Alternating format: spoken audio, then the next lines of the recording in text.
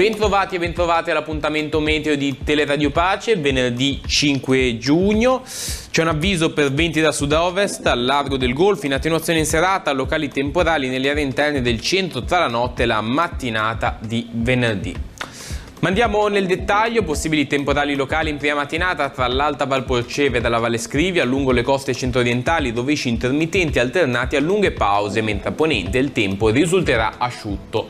Progressivo miglioramento da metà mattinata anche sul settore centro-orientale, con fenomeni in fuga verso l'interno. Nel pomeriggio non si esclude qualche temporale nell'interno imperiese sulle testate di Valtrebbia e Aveto, generale attenuazione dei fenomeni in serata. Mare molto mosso, con moto ondoso in lenta scaduta in serata e temperature che avranno le minime in aumento e le massime in lieve calo. Sulla costa andremo dai 18 ai 26 gradi e all'interno dai 9 gradi ai 22 gradi.